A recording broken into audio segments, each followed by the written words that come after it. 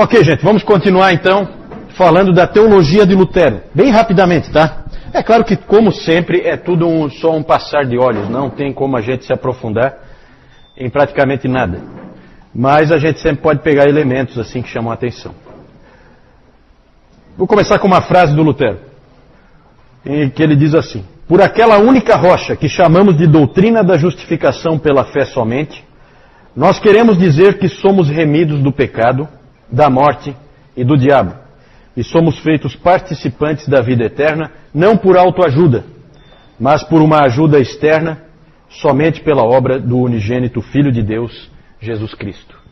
Então aí ele fala que a justificação pela fé somente é o que nos salva. É dessa maneira que nós somos salvos. Não porque nós nos ajudamos, mas porque o Senhor Jesus Cristo fez uma obra em nosso lugar.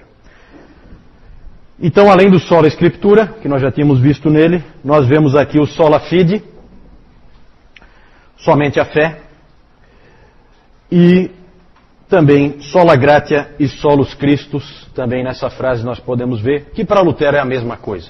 Somente a fé, somente a graça e somente Cristo é tudo a mesma coisa para ele, na cabeça dele. Só que levou muito tempo para o Lutero chegar aí, né? Nesses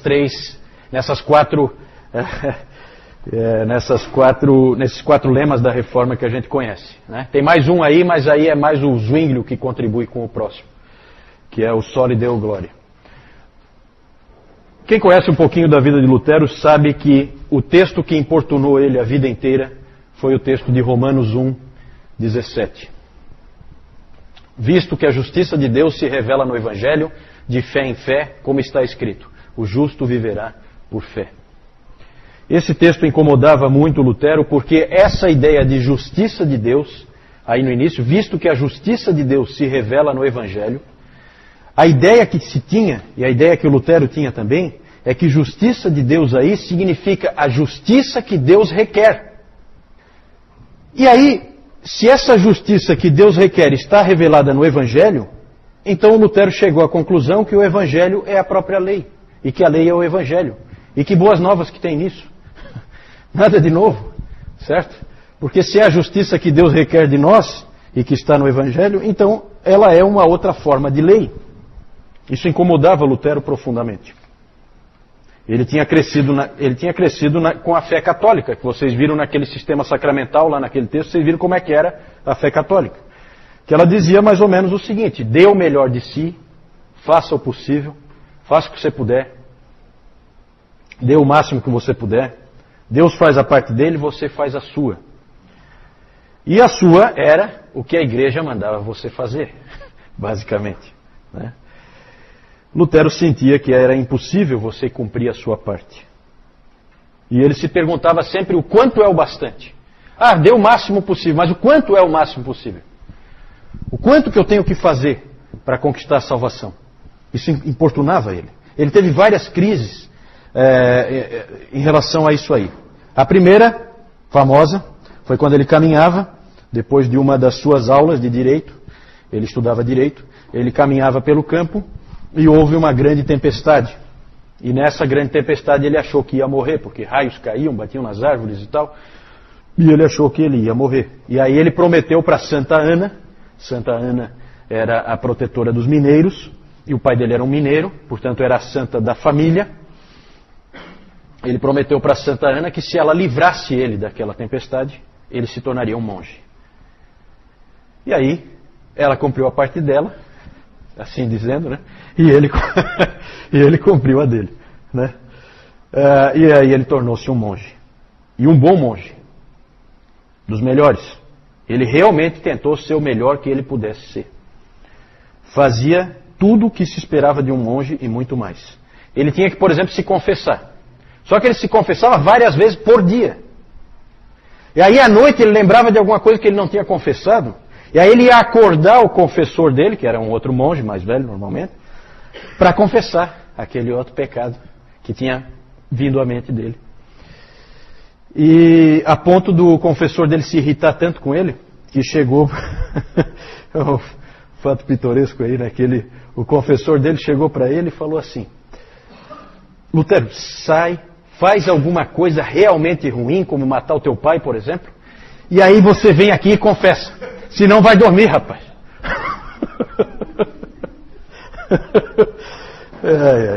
Ele corria atrás da salvação. Outra crise que ele teve foi quando ele foi ordenado padre, finalmente, e ele teve que oficiar a sua primeira missa. E quando chegou a parte em que ele levanta a hóstia, e aí ele tem que dizer aquele hoc est corpus meum, né? Este é o meu corpo, ele então teve um colapso. De tão nervoso que ele ficou, ele não conseguiu fazer. E ele teve não conseguiu levar para frente.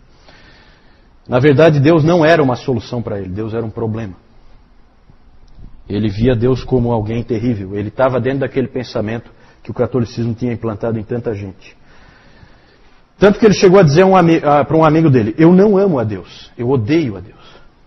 E aí ele se sentiu mais mal ainda, porque agora, além dele já ter essa situação, ele agora tinha acrescentado a blasfêmia em relação a todo o sentimento que ele já tinha. Então ele era um indivíduo atormentado enquanto monge. Ele tornou-se professor em Wittenberg em 1513, e de 1513 a 1517, que foi quando começou a reforma, ele já tinha ensinado nos livros de Salmos, Romanos, Gálatas e Hebreus. Vejam que é interessante como Deus usa, né? Porque esses 4 livros são livros que, se você parar para pensar, são livros peculiares aí, né? Para alguém que tem que chegar numa conclusão como Lutero chegou, de que a salvação é pela fé somente. Juntar esses 4 livros parece ser uma junção muito boa, né? E foi na providência de Deus que aconteceu. Enquanto ele estudava, ele já começou a receber alguma luz sobre o significado desse texto, Romanos 1,17. E aí houve a famosa experiência da torre, que era a torre onde ficava o quarto dele, o quarto de estudo dele, no mosteiro. Lá, Deus então revelou para ele que a justiça de Deus revelada no Evangelho não é a justiça que Deus requer, mas a justiça que Deus dá. Salvação não é uma obra, é um presente. Isso é transformador. Lutero diz o seguinte: ali eu senti que tinha nascido de novo e entrado no paraíso por portas escancaradas. Tanto quanto eu odiei a expressão justiça de Deus, eu agora a amava. Esse entendimento norteou depois toda a vida dele. A linguagem do catolicismo escolástico era: se fizeres isso, receberás aquilo. Agora era diferente. Por que recebeste isso, farás aquilo. Completamente o inverso. O historiador Kurt Aland disse: o mundo inteiro entrou em colapso por causa de uma descoberta exegética, por causa da interpretação certa de um texto bíblico. O ponto central de Lutero sempre foi a graça. Ele comparava a salvação, alguém buscando a salvação pelas obras, ele comparava com a terra seca. Ele dizia que encontrar a salvação fazendo obras é como a terra seca tentando produzir chuva. Chuva vem do céu. Terra seca não produz chuva. Outro aspecto interessante da teologia do Lutero, porque isso aí é o centro da teologia do Lutero. Tem outros aspectos, mas que a gente não tem tempo de tratar aqui. Outro aspecto muito interessante é a metodologia. O fundamento do Lutero é a graça. A metodologia são essas 3 palavras aí: oratio, meditatio, tentatio. Como você faz teologia? Como você estuda a palavra? Ele dizia que sempre começa com a oração. Você ora antes, durante e depois de estudar a palavra de Deus. O meditatio é o estudo e a meditação no próprio texto das Escrituras. E o último, muito interessante, bem peculiar do Lutero, ele trouxe isso para dentro da teologia, que ele até fez uma crítica ao Tomás de Aquino, porque o Tomás de Aquino não tinha esse elemento, que é o tentatio, que poderíamos traduzir por teste, prova na vida. Ele dizia que tudo que nos acontece nos ensina a sermos melhores teólogos.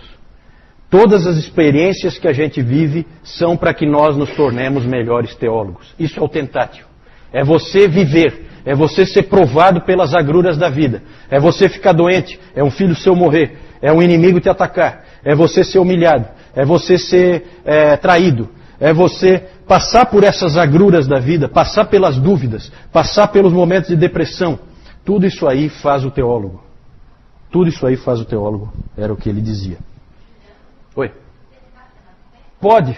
É difícil traduzir essa palavra tentatio, né? Em alemão é Anfechtung. Ele não tem uma tradução boa nem em português, nem em inglês. É uma palavra difícil de traduzir. Tentatio é tentação, né? Só que aí o sentido é outro. Não é aquele sentido que nós temos de tentação. Certo? Mas são essas experiências que você vive. Só para ilustrar, ele disse assim, ó. É vivendo, morrendo e até mesmo sendo condenado que alguém se torna um teólogo. Não é à toa que Davi era um teólogo tão extraordinário. Veja tudo o que ele passou.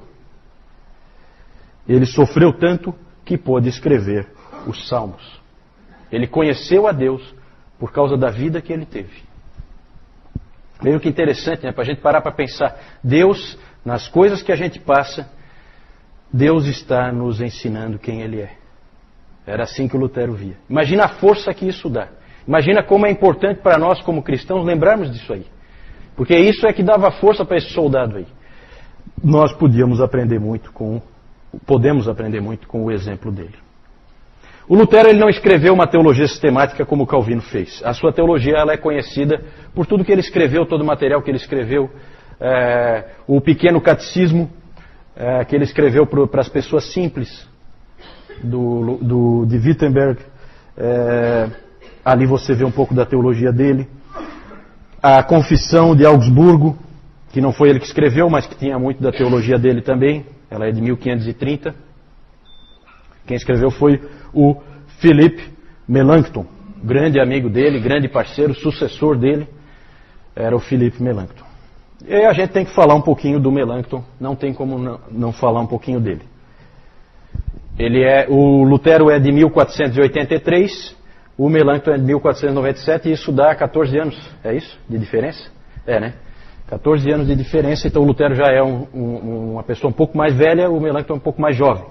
O Melanchthon era professor de grego lá em Wittenberg, desde os 21 anos, e foi o grande amigo de Lutero. É o típico intelectual, o cara calmo, sossegado na dele.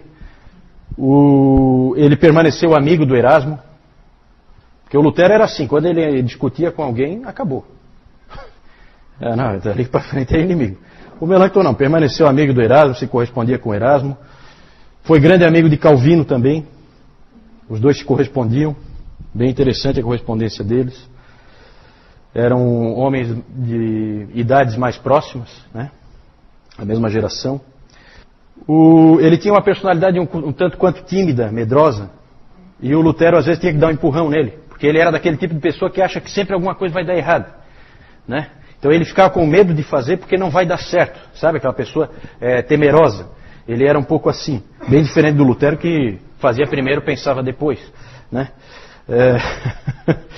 Então ele tinha que ser de vez em quando encorajado. Era um teólogo muito hábil.